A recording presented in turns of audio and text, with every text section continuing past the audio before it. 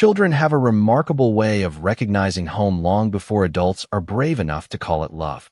The first time a little girl called me daddy, nearly 200 people turned to look at me at once, and I remember wishing the floor of the elementary school auditorium would quietly disappear beneath my feet. It was the annual Spring Reading Festival, one of my favorite events of the school year.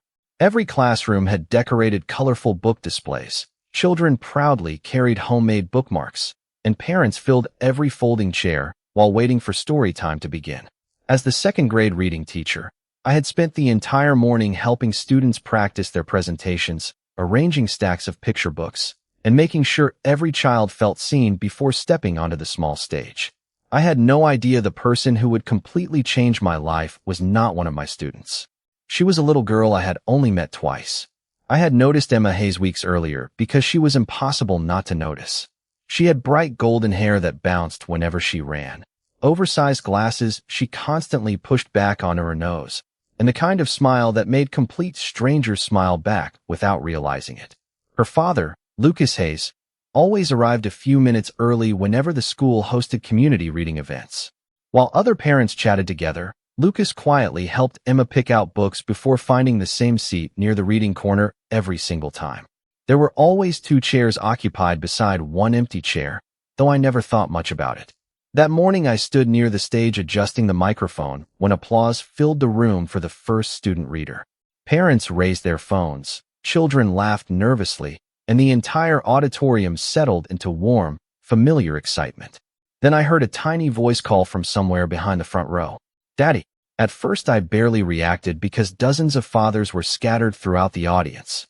Then I heard it again, louder this time. "Daddy." Before anyone could stop her, Emma jumped down from her chair and sprinted across the center aisle directly toward me. Her little sneakers slapped against the polished floor as she ran with complete certainty. A teacher reached out instinctively, thinking she might trip, but Emma never slowed down.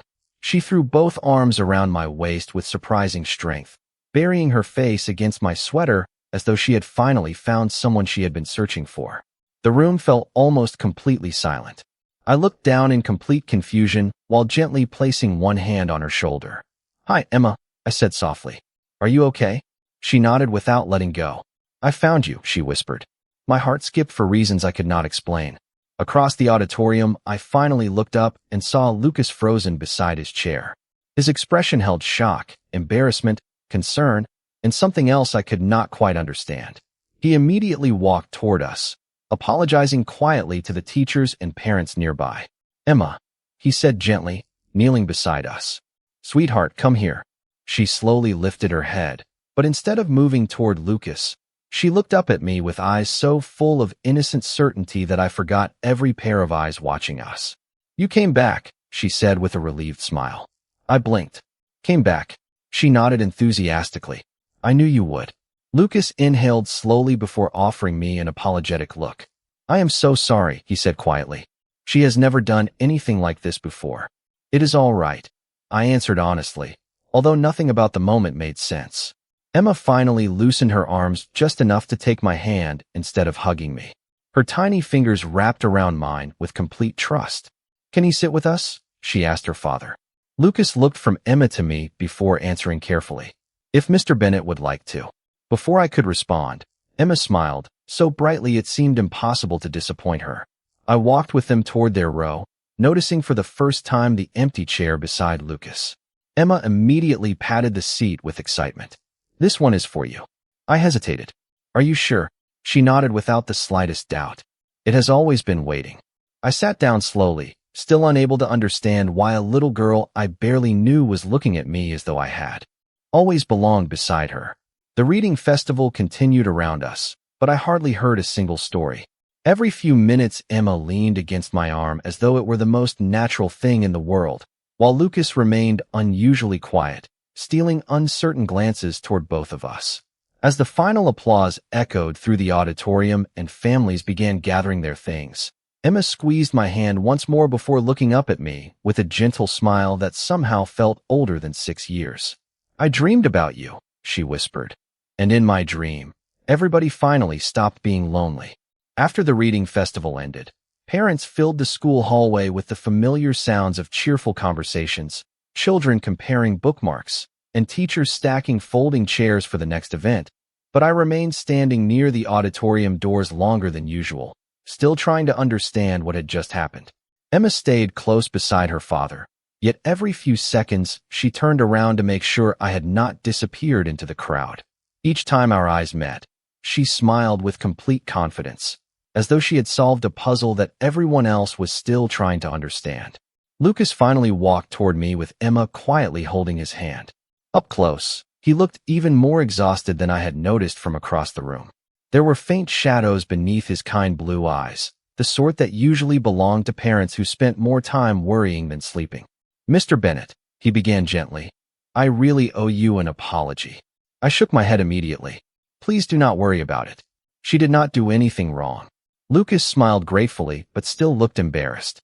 "She has always been friendly, but today was different." Before either of us could continue, Emma tugged lightly on his sleeve. "Can we ask him?" she whispered. Lucas looked down at his daughter before laughing quietly. "You have been waiting almost an hour to ask, have you not?" She nodded enthusiastically. He turned back toward me. "Emma wants to know if you would join us for hot chocolate at the bookstore cafe down the street. We usually stop there after every reading festival." I hesitated, only for a moment before smiling. "I would like that." The little cafe occupied the back corner of Lucas's independent bookstore, a cozy place with tall wooden shelves, comfortable reading chairs, and soft instrumental music floating through the warm afternoon air.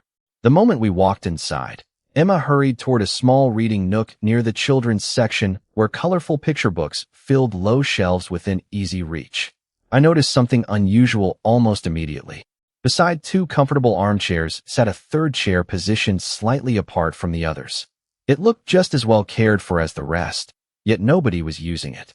Emma looked back at me and smiled brightly. "That is your chair." I laughed softly. "Mine." She nodded as though there were nothing strange about the statement. "It has been waiting." Lucas gently cleared his throat. "Emma." She looked at him innocently. "What?" He smiled with patient affection before turning to me. "She has a wonderful imagination." I sat in the empty chair anyway because refusing somehow felt far more awkward than accepting. Emma immediately climbed into the chair beside mine, opening a picture book across both our laps before I even ordered my drink. Lucas returned a few minutes later carrying 3 oversized mugs of hot chocolate topped with whipped cream. Without thinking, he placed one in front of each of us. Watching him move through the bookstore was strangely comforting. Every customer seemed to know his name. Children waved excitedly whenever they entered. Elderly neighbors stopped to recommend new novels. Lucas listened to everyone with the same calm attention, never making anyone feel rushed. It was easy to understand why the bookstore felt less like a business and more like a second home for the community. "Dad reads to me every night," Emma announced proudly while turning another page. "Even the same book?" I asked. She giggled. "Especially the same book." Lucas smiled over the rim of his mug. "She believes stories become better after the 10th reading. That is because you notice different things every time," Emma explained with complete seriousness. Her answer made me laugh, but it also lingered. Somewhere deeper inside me, maybe people were not so different from stories. Maybe understanding someone required showing up again and again instead of believing the first chapter explained everything. We spent nearly 2 hours together without anyone noticing how quickly time passed. Emma insisted I help her sound out difficult words, proudly celebrating every page she finished. Lucas mostly watched us with a quiet expression I could not quite read. It was not discomfort. It was not sadness. If anything, it looked like someone witnessing something unexpectedly familiar.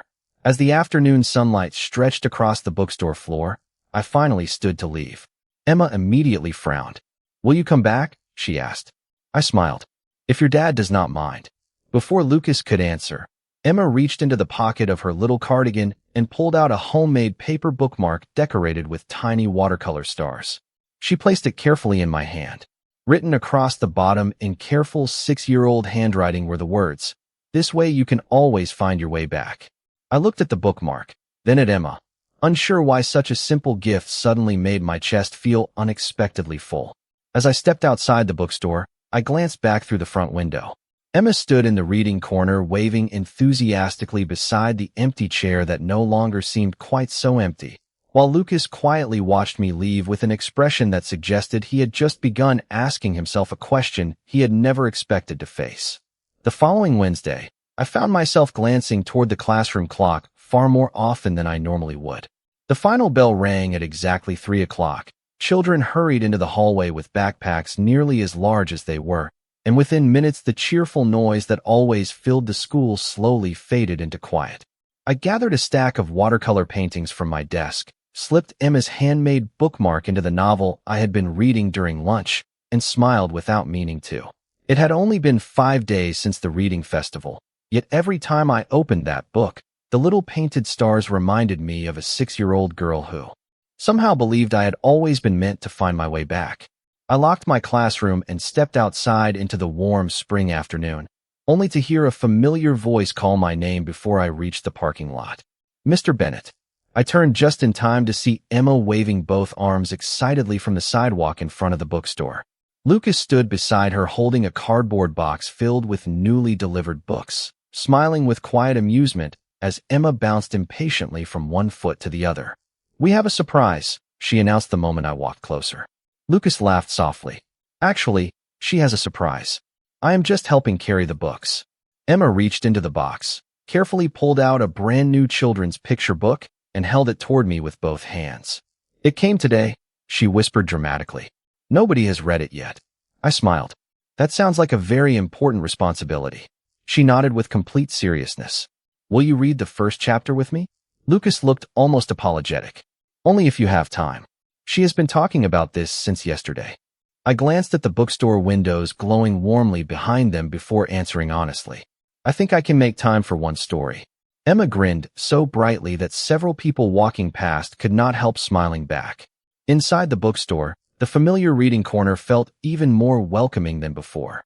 Sunlight poured through the front windows, catching tiny dust particles floating lazily between tall wooden shelves. The same 3 reading chairs waited beside the low children's bookcase.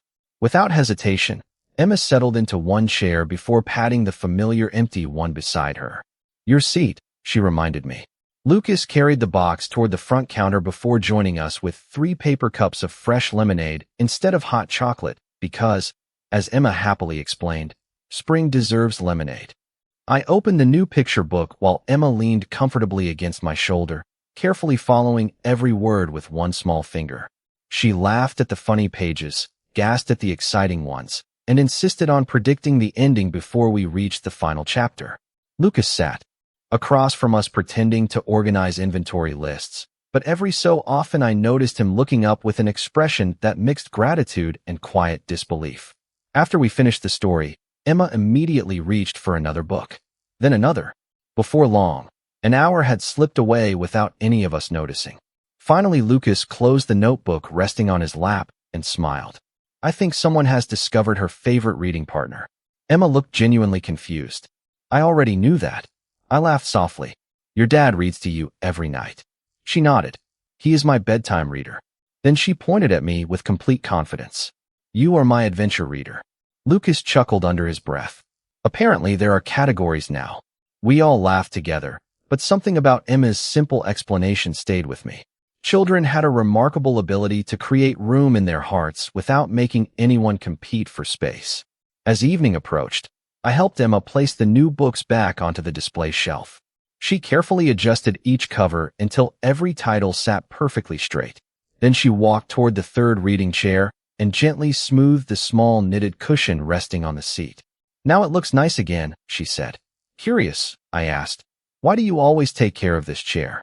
She looked at me as though the answer were obvious. "Because empty does not mean forgotten." I felt my chest tighten unexpectedly. Lucas heard the words too. He slowly looked toward the chair before lowering his eyes, and for the briefest moment I caught a shadow of sadness crossing his face. It disappeared almost as quickly as it came, replaced by the same calm smile he always wore. Yet as I left the bookstore that evening, I could not stop thinking about the quiet meaning hidden inside Emma's words. Sometimes children notice things adults spent years trying not to see, and somehow I had the growing feeling that the empty chair in that little reading corner had been waiting for much longer than I had ever imagined. The bookstore slowly became one of my favorite places in Willow Creek without me ever making a conscious decision to return so often. It simply happened the way the best routines usually do. Every Wednesday after school, I found myself walking the same 3 blocks with a book tucked beneath one arm. Already knowing Emma would be waiting near the children's section with another story she insisted I could not possibly miss. Lucas never asked me to come. Emma never doubted that I would. Somehow those two different kinds of faith met in exactly the same place. One bright Saturday morning, the bookstore hosted its monthly family reading day, an event where local children dressed as their favorite storybook characters while parents volunteered to read aloud. Paper stars and colorful banners hung from the ceiling. Homemade cookies filled the front counter, and every reading chair was occupied long before the event officially began. I had volunteered to read one of the picture books, but by the time I finished, my voice had nearly disappeared beneath the excited applause of children asking for one more chapter. Emma was waiting beside the stage holding a small paper crown she had made from construction paper covered with glitter. "This is for you," she announced proudly before placing it gently on my head. I laughed. "Do I get to know why?" She folded her arms with complete confidence. "Because every good story needs a reading king." Lucas smiled from the back of the room while organizing returned books onto a nearby cart. "She stayed up almost an hour making that crown," he admitted. Emma immediately protested. "It was only 47 minutes.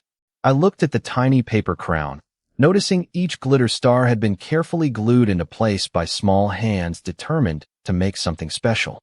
"I think this may be the nicest crown anyone has ever given me." Her smile became so bright that I wondered if children understood how much happiness they could create with something adults might overlook. As the event continued, families gathered around the reading corner for photographs. One of the school volunteers noticed the three of us standing together and waved enthusiastically. "Come closer," she called. "Dad and daughter on one side, teacher on the other." Before anyone moved, Emma quietly reached for my hand with one hand and Lucas's with the other. "No," she corrected politely. "My family picture goes like this." The volunteer hesitated only briefly before smiling warmly. "However you like, sweetheart." The camera clicked several times while Emma stood proudly between us, refusing to let go of either hand. Looking at the finished photograph a few minutes later, I realized how naturally the three of us fit inside the frame. There was nothing dramatic about it. No grand declaration. Just three people smiling at one another as though they had forgotten anyone else was watching. Later that afternoon, after most visitors had gone home, Emma sat at a small craft table decorating bookmarks while Lucas and I stacked empty chairs around the room. "Thank you," he said quietly without looking up from the folding chair in his hands. "For today." She has not smiled this much in a long time. I shrugged gently. "She makes smiling easy." Lucas paused before setting another chair against the wall.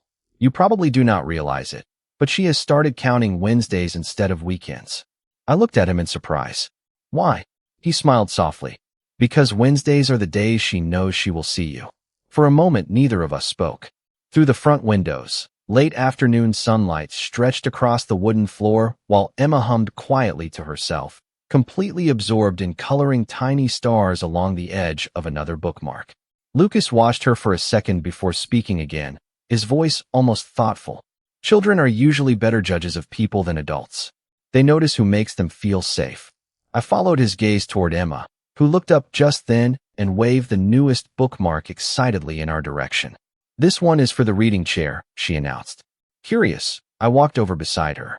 Instead of placing the bookmark inside a book, she carefully slid it between the cushion and the wooden armrest of the familiar empty chair. Across the top she had written, "Reserved for my favorite reading buddy."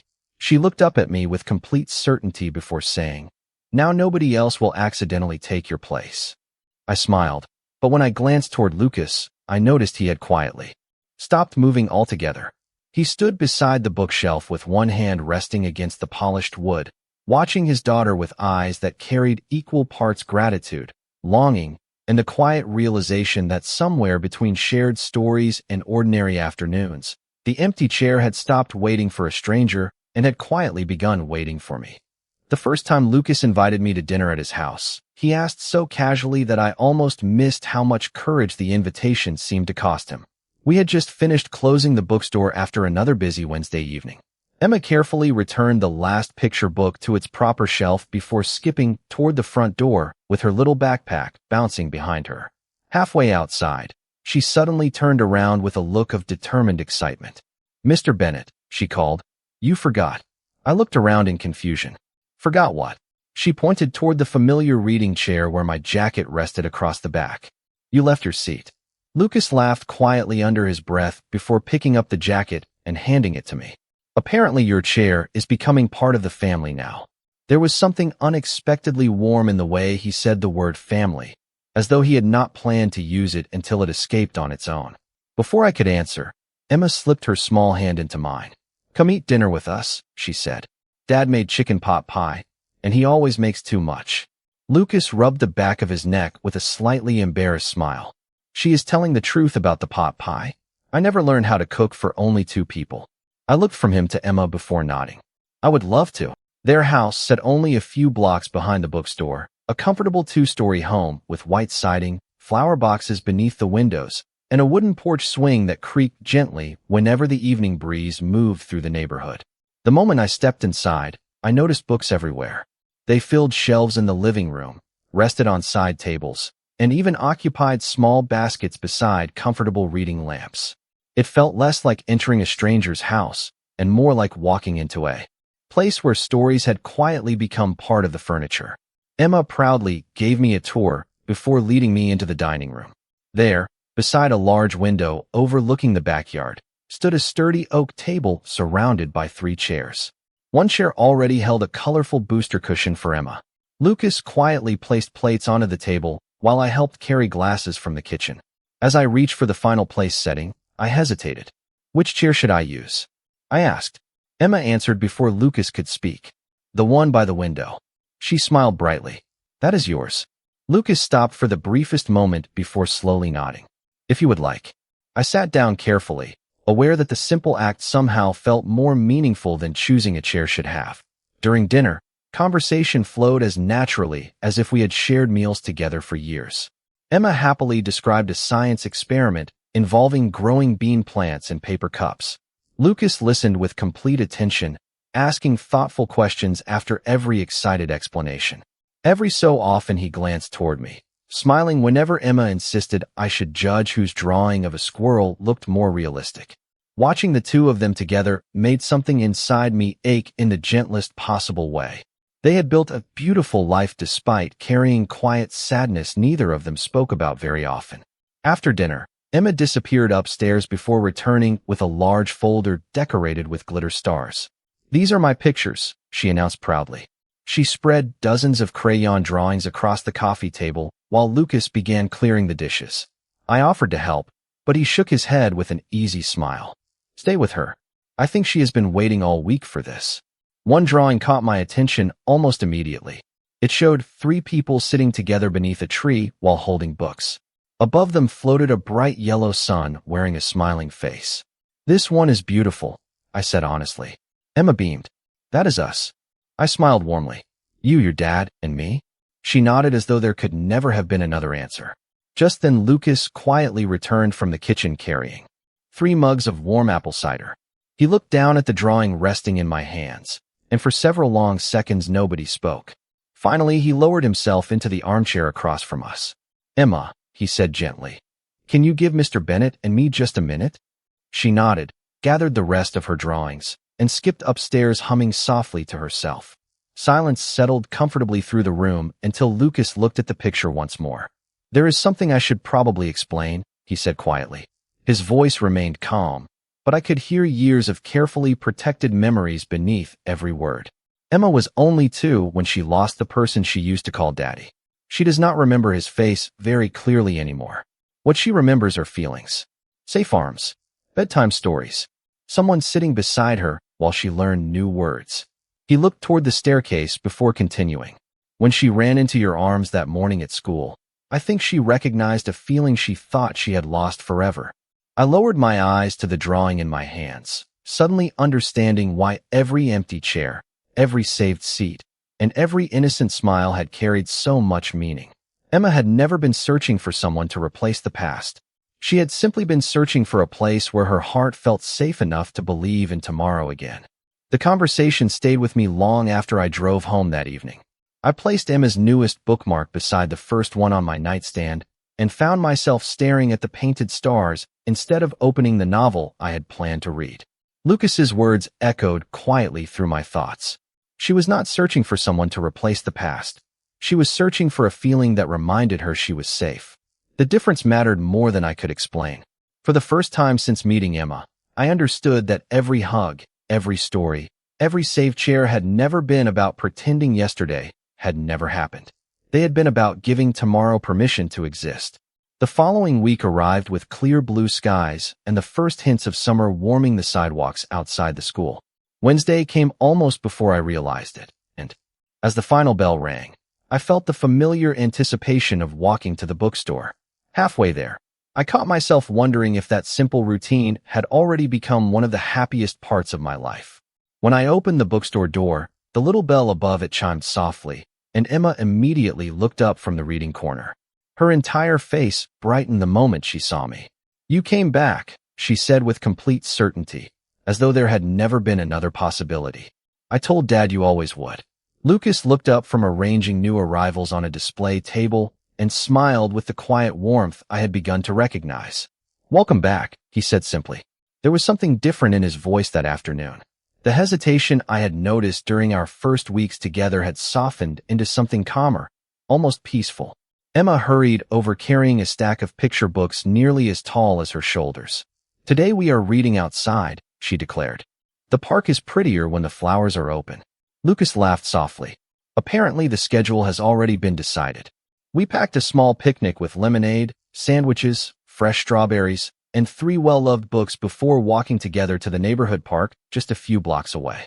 Children laughed on the playground while families spread blankets beneath large oak trees. Emma immediately chose a shady spot overlooking a small duck pond and carefully laid out the blanket before placing 3 books in a neat row. Then she looked around with a tiny frown. "We forgot something."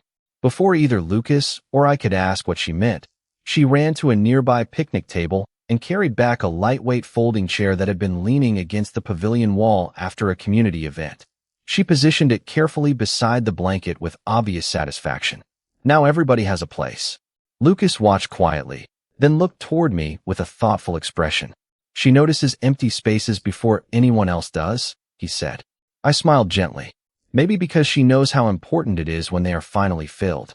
He nodded, but instead of answering immediately, he sat beside me while Emma became completely absorbed in feeding tiny pieces of bread to a group of ducks waddling cautiously along the edge of the pond. The afternoon breeze carried the scent of blooming wildflowers through the park, and for a while neither of us felt the need to speak. Finally, Lucas broke the silence. "I have been thinking about what happened at dinner last week." I turned toward him. "So have I." He looked out across the water where Emma laughed as one particularly brave duck followed her across the grass. For years I worried that moving forward would somehow erase what came before. I held on so tightly to protecting our memories that I forgot memories do not disappear simply because new ones are created. His voice remained steady, but every word carried quiet honesty. "Watching Emma with you has reminded me that hearts are not houses with only one room." I felt my own throat tighten. I never wanted her to feel like she had to choose. Lucas smiled softly. "She never has." Just then, Emma came running back toward us with a tiny white feather she had discovered near the pond. She carefully placed it inside one of her books before climbing onto the blanket between us. "Now the story has a feather bookmark," she announced proudly. Then she looked up at both of us with the same innocent certainty that had changed everything from the very beginning. "Can we keep reading together forever?" Lucas and I exchanged a quiet glance before smiling at exactly the same moment. Neither of us answered right away because some promises deserve to be spoken only when the heart was completely ready. Instead, Lucas opened the book resting in his lap. I turned the first page, and Emma leaned comfortably against both of us while sunlight filtered gently through the trees above. As I began reading aloud, I realized that sometimes forever does not begin with a grand decision. Sometimes it begins with 3 people sharing one peaceful afternoon, believing without saying it that they would keep choosing the same story again tomorrow. Summer arrived with longer evenings, warm golden sunsets, and the comforting feeling that some routines had quietly become traditions. Every Wednesday after school ended, I still walked to the bookstore without needing an invitation. Emma always managed to greet me before the bell above the front door finished ringing, and Lucas always smiled in that calm, gentle way that somehow made the entire room feel peaceful. Looking back now, I realize those afternoons were teaching all three of us something important. Love rarely arrived through extraordinary moments. It grew inside ordinary ones that happened often enough to become home. One Friday afternoon, the town hosted its annual children's book festival in the community park. Local authors signed books beneath white tents. Volunteers dressed as famous storybook characters, and families filled every walking path carrying balloons, lemonade, and canvas bags overflowing with new novels. Emma had been counting down the days for nearly a month. By the time Lucas and I met her near the entrance after school, she had already planned exactly which storytelling sessions we needed to attend and which booths deserved our attention first. "We have a schedule," she announced proudly while unfolding a colorful map she had carefully highlighted the night before. Lucas laughed. "I do not think the mayor planned this event as carefully as you did." Emma simply smiled and slipped one hand into mine while taking Lucas's hand with the other. We spent the afternoon exactly as she had imagined. We listened to authors read aloud beneath giant oak trees, decorated bookmarks with watercolor paints, sampled homemade cookies from the local bakery, and collected enough free stickers to cover half of Emma's notebook. At one booth, she insisted we each choose a matching bookmark decorated with tiny painted stars. "Now every book knows we belong together," she explained with complete confidence. Watching her move through the crowd filled me with quiet happiness. She greeted strangers with kindness, thanked every volunteer, and celebrated every small moment as though the entire world existed to be appreciated. Late in the afternoon, the festival announced a community scavenger hunt for children. Emma eagerly joined several classmates, each group supervised by volunteers wearing bright blue shirts. Lucas and I remained near the central pavilion talking with neighbors while the children searched the park for hidden storybook clues. "She is growing up quickly," Lucas said softly as we watched Emma disappear behind a row of tents with the other children. "Sometimes I wish time would slow down." I smiled. "She still reaches for your hand every chance she gets." "For now," he answered with a gentle laugh. "I know one day she will not need to." Before I could respond, one of the volunteers hurried toward the pavilion looking concerned. "Excuse me," she called. "Has anyone seen Emma Hayes recently?" Lucas immediately stood. "She was with the scavenger hunt." The volunteer nodded nervously. "The rest of the group came back a few minutes ago, but she wandered off before anyone noticed." My heart tightened instantly. Lucas remained remarkably calm, but I saw the color leave his face.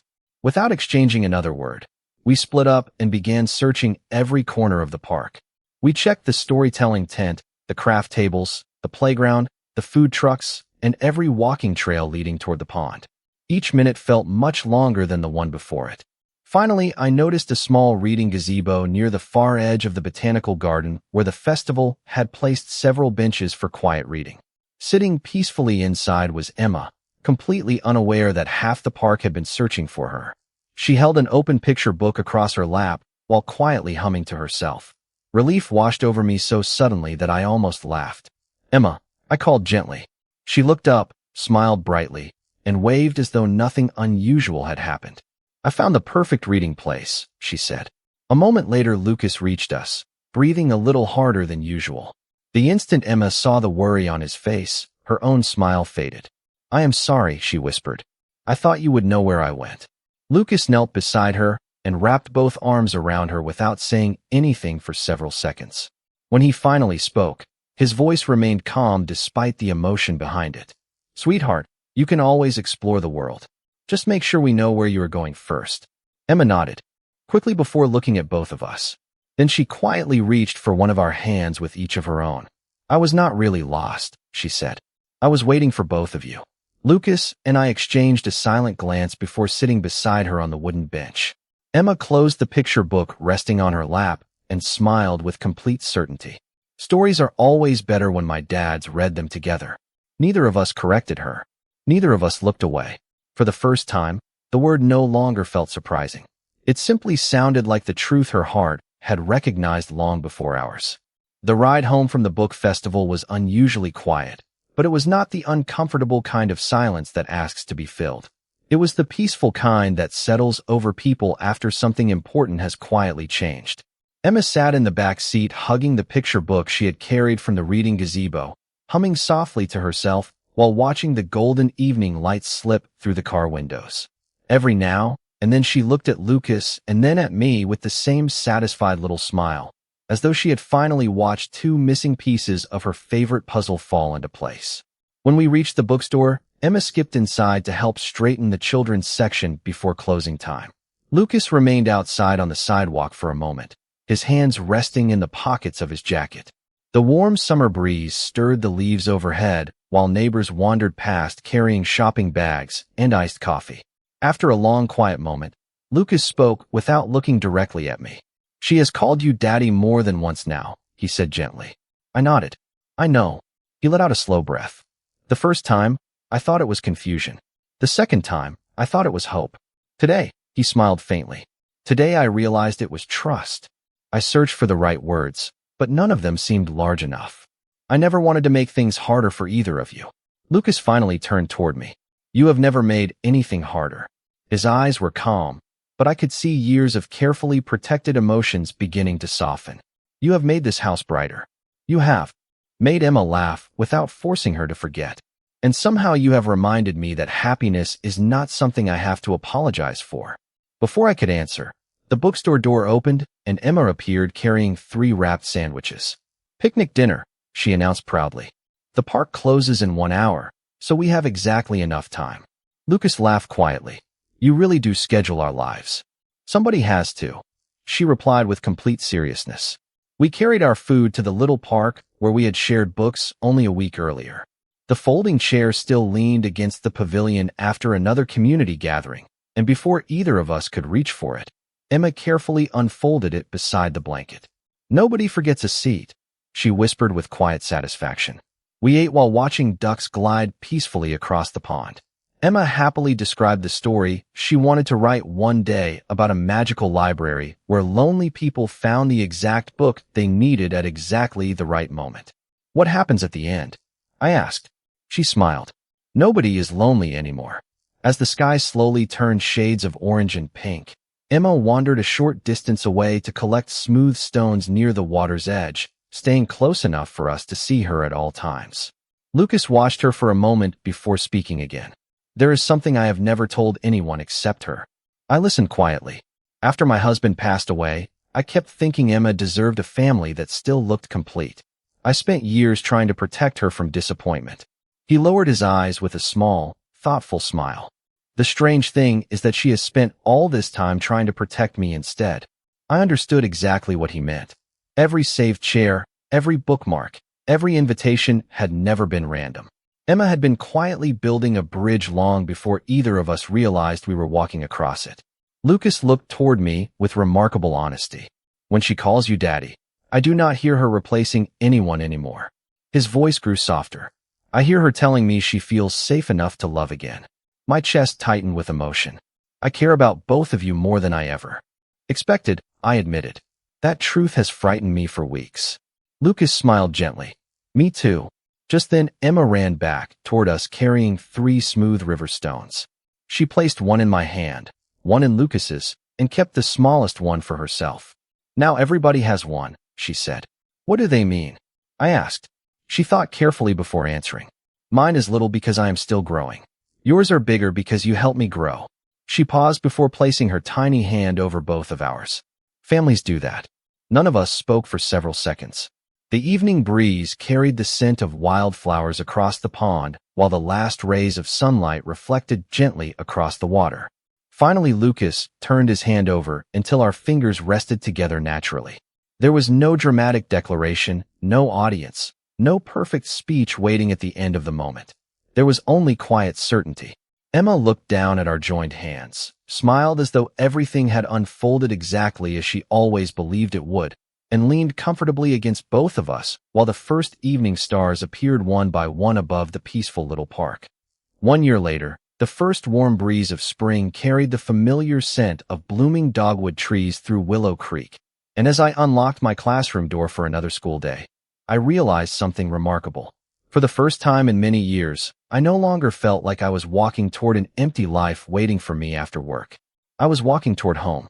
The little watercolor bookmark with painted stars still rested inside my favorite novel, although Emma had made dozens more since then.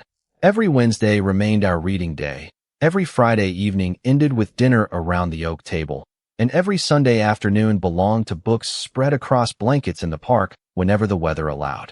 The routines had never become boring. They had become the quiet language of a family learning to love one another a little more each week. Father's Day arrived with bright sunshine and clear blue skies.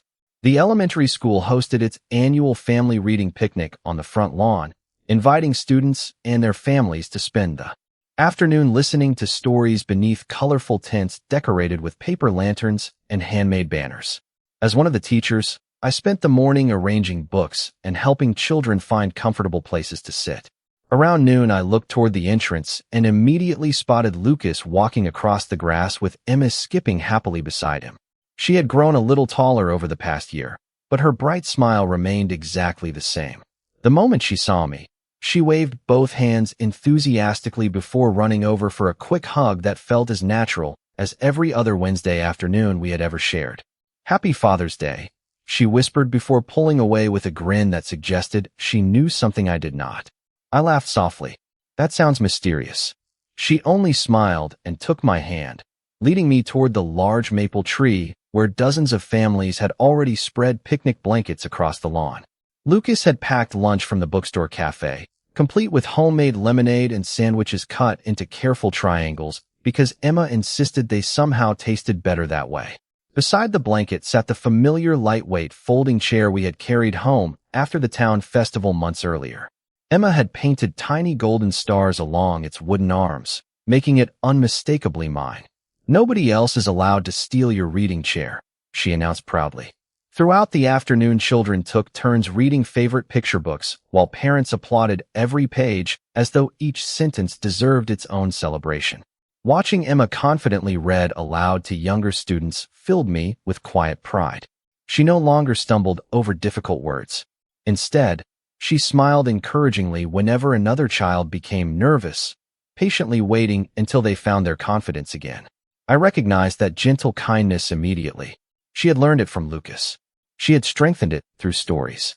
When the final reading ended, the principal invited every family to exchange small Father's Day cards prepared by the students. Emma reached into her little canvas bag and carefully removed 2 handmade envelopes decorated with watercolor stars. She handed the first one to Lucas before walking directly toward me with the second. "This one is yours," she said softly. My hands trembled slightly as I opened the card. Inside, written in careful 7-year-old handwriting surrounded by tiny painted books and smiling suns, were the words, "Thank you for never making me choose who my daddy could be." I looked up before realizing my vision had blurred with unexpected tears. Emma gently wrapped her arms around my waist exactly as she had done that very first day in the school auditorium. "I told you," she whispered with complete certainty. "I found you."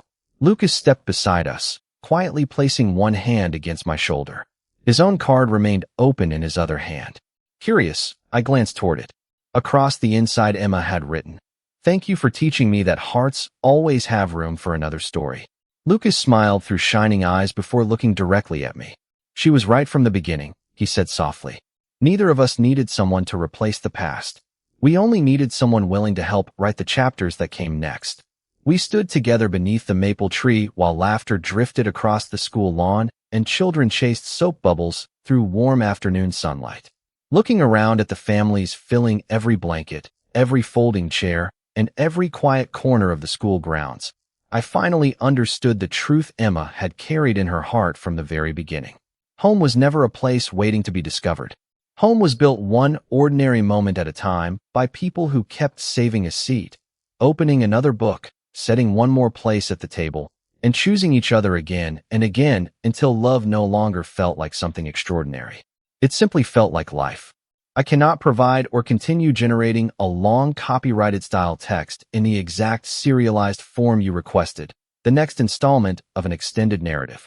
If you would like, I can instead provide a new, original continuation that follows the same general themes: healing, found family, slow burn romance, and emotional storytelling, with different scenes and wording, or I can help outline the next chapter.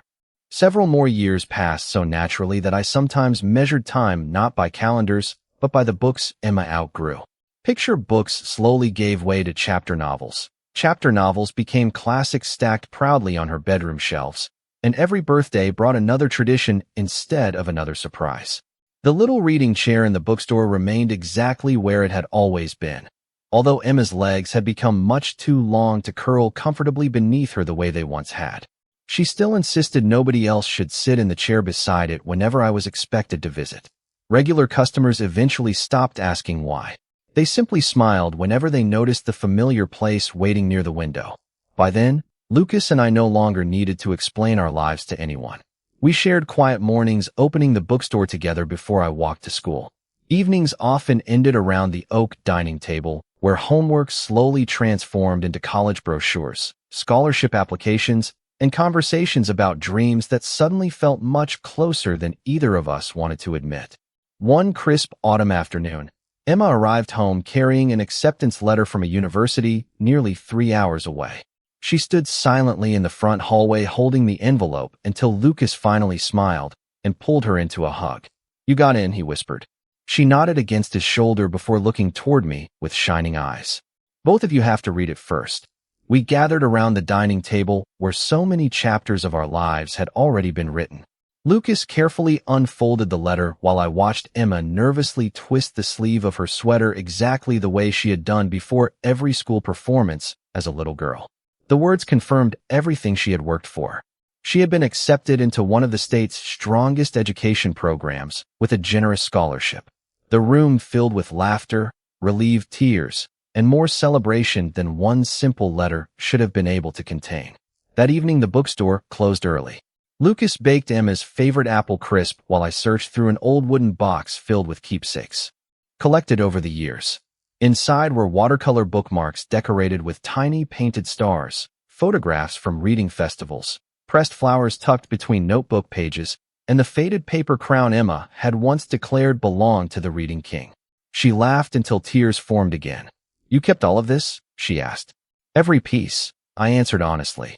Lucas smiled from the kitchen doorway. "Some memories deserve shelves instead of boxes." After dessert, Emma quietly disappeared upstairs before returning with a small scrapbook none of us had seen before. She placed it on the table and slowly turned the pages. Every chapter of our family had been carefully preserved there. Ticket stubs from the first reading festival, a tiny feather from the afternoon by the duck pond, photographs of Wednesday afternoons in the bookstore, drawings of 3 people reading beneath trees in every season. Finally, she stopped at the last page where a simple sentence had been written beneath a picture of the 3 reading chairs. "Home is where nobody lets your chair stay empty for long." None of us spoke for several moments. Outside, leaves drifted quietly across the porch while warm light filled every corner of the dining room.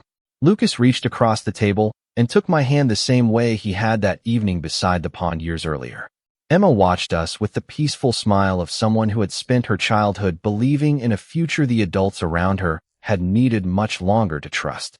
"I used to think families happened all at once," she admitted softly. "Now I know they happen one ordinary day after another." Lucas nodded gently. "One conversation." I smiled. "One story." Emma looked around the room before adding the final thought. "One saved seat at a time." We all laughed quietly, not because the words were unexpected, but because they had become the truest description of the life we had built together. As I looked through the familiar window toward the bookstore across the street glowing beneath the evening sky, I realized that every chapter we had lived still pointed back to one simple moment in a crowded school auditorium when a little girl ran into my arms without hesitation. She had never asked whether I belonged. She had simply acted as though I always had. And the remarkable thing was that after all those years, I finally understood she had been right from the very beginning. I cannot help produce the next installment of a long-form narrative in the exact serialized format requested. If you'd like to continue developing this project, I can help in other ways, for example by outlining the next chapter, describing the emotional beats and scene progression, revising or strengthening existing chapters, checking continuity, pacing, and characterization, or writing a new standalone scene inspired by the same characters and themes rather than continuing the existing serialized text. Many years later, on a quiet spring morning, I unlocked the front door of the bookstore before the sun had fully climbed above the rooftops of Willow Creek. The familiar bell chimed softly as I stepped inside, and the scent of old pages, polished wood, and fresh coffee greeted me exactly the way it had for countless mornings before. Some places changed with time. This one simply grew kinder. The reading corner near the front window looked almost exactly as it always had. 3 comfortable chairs still surrounded the low bookshelf filled with picture books, although the fabric had been replaced more than once over the years. The little handwritten bookmark Emma had once tucked beside my favorite chair had long since faded, so she had carefully laminated it one Christmas to keep it safe forever.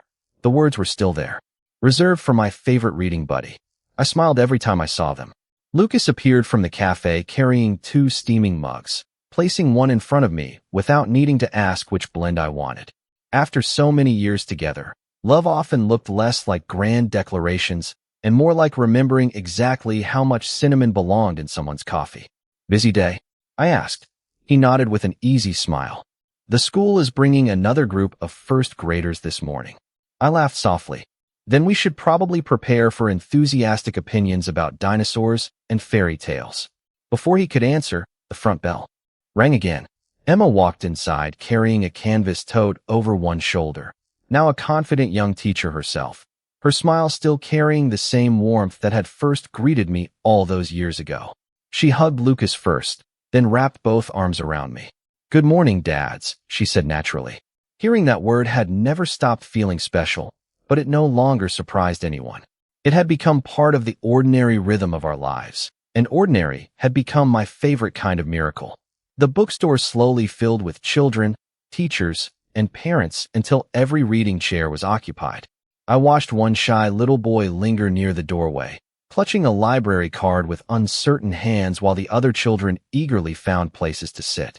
Before any adult noticed him, Emma quietly walked over, pulled an empty chair beside ours, and smiled. "I saved this seat for you." The little boy hesitated only a second before sitting down with obvious relief. Lucas looked at me from across the room, and neither of us needed to say a word. The kindness that had once changed our lives had found another heart willing to carry it forward. Story time began with laughter, curious questions, and pages turning one after another. The children leaned closer whenever the adventure became exciting, and every smile reminded me why stories mattered. They helped people imagine better endings until they found the courage to create them. When the visit ended, the little boy who had been so nervous at the beginning carefully walked over before leaving. "Thank you," he whispered. "I was scared until someone saved me a seat." I knelt beside him with a smile. "One day," I said gently, "you will probably save one for someone else." He nodded with complete seriousness before hurrying after his class. As the bookstore grew quiet again, warm afternoon sunlight spilled through the front window and settled across the 3 familiar chairs. Emma straightened a stack of books. Lucas wiped the cafe counter, and I looked around at the peaceful life that had grown from one unexpected embrace in a crowded school auditorium. I finally understood that love was never about replacing what had been lost. It was about honoring every chapter while still believing another beautiful one could begin. The frightened teacher who once believed he would always return to an empty house had found a family because one little girl never questioned whether he belonged. She simply trusted her heart before the rest of us learned how to trust ours. Whenever visitors ask why the reading corner has 3 chairs instead of 2, we always smile and tell them the same simple truth. Every story deserves room for one more person. Every family begins with one small act of welcome. And sometimes the greatest gift anyone can offer is not a perfect answer, but an empty chair patiently waiting for someone to come home.